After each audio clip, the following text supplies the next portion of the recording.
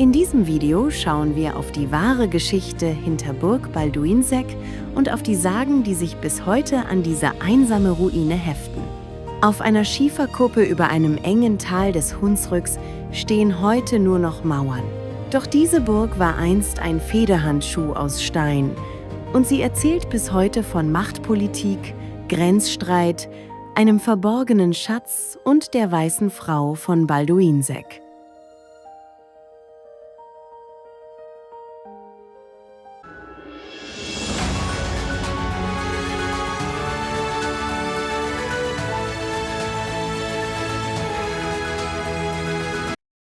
Burgruine Balduinsek steht auf einer Felszunge in einem engen Tal des Hunsrücks, nahe des Ortes Buch. Die Burgruine ist gut erreichbar. Direkt unterhalb liegt ein kleiner Parkplatz. Zugleich führt mit der Traumschleife Mastascher Burgherrenweg auch einer der bekannten Wanderwege der Region an Balduinsek vorbei.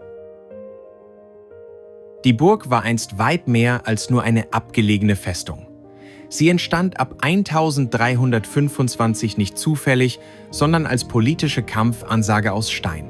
Erzbischof Balduin von Trier ließ sie als Trutzburg gegen die Grafen von Sponheim und ihre Burg Castellaun errichten.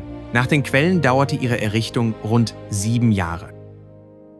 Schon 1321 hatte Erzbischof Balduin Burg und Stadt Castellaun belagern lassen. Mit dem Bau von Balduinsek folgte schließlich eine weitere weithin sichtbare und einschüchternde Ansage Balduins. Der eigentliche Streitgrund lag tiefer. Es ging um einen größeren territorialen und dynastischen Machtkampf zwischen den Luxemburgern und Sponheim. Bei Simon II. Von Sponheim wird die Gegnerschaft zu Balduin und zum Haus Luxemburg sogar als politische Grundlinie beschrieben. Hintergrund waren unter anderem gescheiterte Ansprüche eines Sponheimers auf das Trierer Erzstift und die Parteinahme der Sponheimer gegen die Luxemburger während eines Thronstreit. In diesem Zusammenhang eroberte Balduin das sponheimische Sprendlingen und ließ Kreuznach sowie Castellaun belagern. Nach der Belagerung von Castellaun kam es zwar zu einem Friedensvertrag, doch mit dem Bau von Burg Balduinsek führte Balduin den Konflikt bewusst weiter. Mit dieser Trutzburg gegen die Grafen von Sponheim und ihre Burg Castellaun goss der Trierer Erzbischof erneut Öl ins Feuer. Die Burg dürfte von Anfang an möglichst schnell wehrhaft gemacht worden sein, mit dem starken Kernbau an der Angriffsseite sowie mit schrittweise ausgebauten Gräben und Mauern. Formal hatte Balduin sich das Baurecht gesichert. 1325 erwarb er auf dem Gebiet von Richard und Wierich von Buch das Recht, einen Burgfrieden abzugrenzen und dort eine Burg zu errichten. Für die sponheimische Seite blieb das dennoch eine offene Provokation. Baulich ist Balduinsek etwas Besonderes. Die Anlage besitzt einen annähernd rechteckigen Grundriss und wird von dem mächtigen Wohnturm beherrscht, dessen Mauern bis heute fast in voller Höhe erhalten sind. Dieser Hauptbau war nicht nur Wehrturm, sondern zugleich Wohn- und Verwaltungsgebäude. Noch heute erkennbar sind Kamine, Wendeltreppen, Putzreste und bauliche Einbauten. Gräben, Ringmauer, ein Brückenkopf und weitere Türme sicherten einst den Zugang zur Burg. Vor allem der hochaufragende Wohnturm verleiht Balduinsek ihren ungewöhnlichen Charakter und macht die Anlage zu einem eindrucksvollen Beispiel spätmittelalterlicher Wehrarchitektur. Der dominierende Wohnturm liegt an der Angriffsseite direkt hinter dem Halsgraben. Zusammen mit weiteren Befestigungselementen wie vorgelagerten Rundtürmen, der Ringmauer, einem Schalenturm und der Zufahrt mit Brückenkopf ergibt sich das Bild einer spätmittelalterlichen Trutzburg, deren Bauweise ganz auf Kontrolle und Verteidigung ausgerichtet war. Und das war wohl auch nötig. Die Antwort der Sponheimer kam jedoch nicht als Sturm auf Balduinsek, sondern unerwartet, klug und auf andere Weise. Vielleicht schreckte die Wehrhaftigkeit der Burg tatsächlich vor einem direkten Angriff ab. Gerade deshalb wirkte der Gegenschlag 3 Jahre später umso spektakulärer.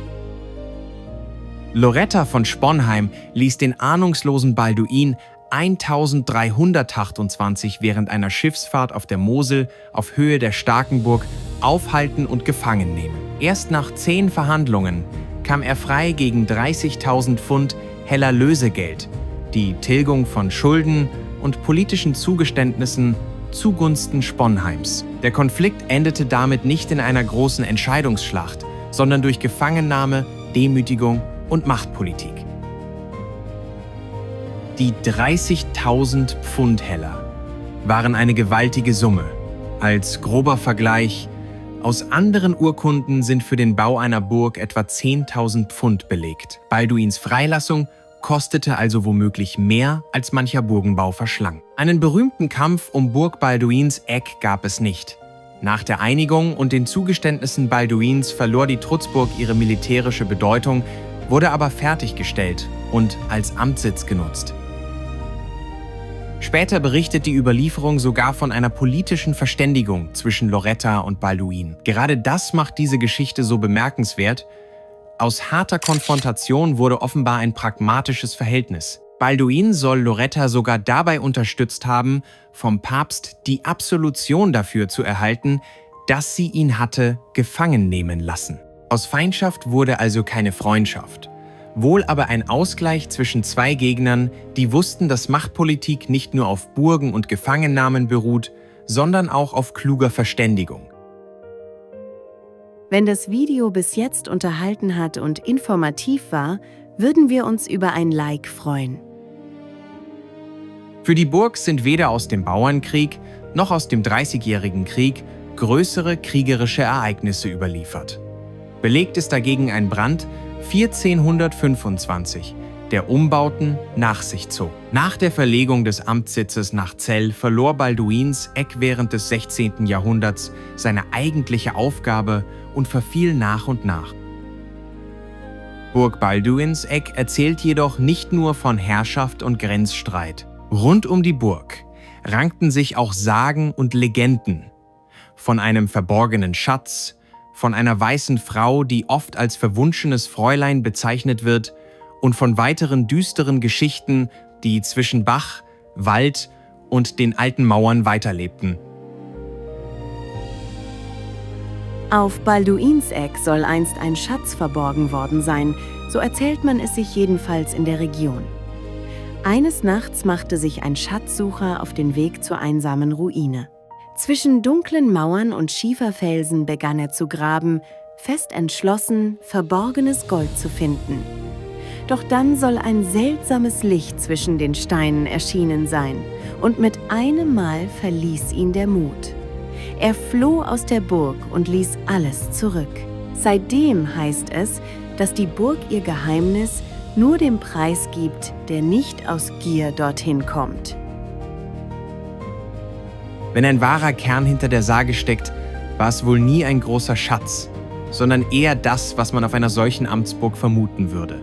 Geldbestände, Abgaben, Urkunden, Siegel oder persönlicher Besitz. Vielleicht Dinge, die beim Brand von 1425 verloren gingen, hastig in Sicherheit gebracht wurden oder später einfach als verschwunden galten. Gerade aus solchen Lücken wachsen oft Legenden. Eine weitere Sage der Burg rankt sich um ein verwunschenes Fräulein, das in stillen Nächten innerhalb der Mauern erscheinen soll, bleich, schweigend und mit starrem Blick hinab ins Tal. Ob sie einst eine Dame der Burg war, ob ein Unglück sie an diesen Ort band oder ob aus alten Verlusten einfach eine Sage wurde, weiß heute niemand mehr. Geblieben ist nur das Gefühl, dass auf Balduins Eck nicht alles wirklich vergangen ist. Ob das verwunschene Fräulein hier wirklich noch unterwegs ist, sei einmal dahingestellt. Bei einem dunklen Tal, gluckerndem Wasser, Schatten zwischen alten Mauern und Wald, rings um die Burg, wundert es jedenfalls nicht, dass sich gerade hier eine Geistergeschichte halten konnte. Und selbst wer dort keine weiße Gestalt gesehen hat, nimmt von Balduins Eck meist doch etwas mit. Wenigstens das Gefühl, dass diese Ruine nach Sonnenuntergang noch einmal ganz anders wirkt.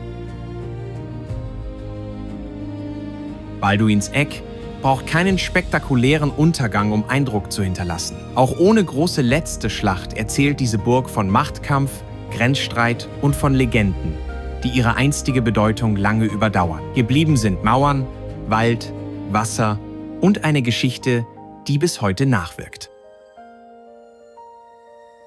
Balduins Eck ist damit mehr als nur eine Ruine des Hunsrücks. Sie ist ein sehenswerter Ort, an dem Geschichte, Landschaft und Legende bis heute auf besondere Weise zusammenfinden. Vielen Dank fürs Zusehen und bis bald auf diesem Kanal.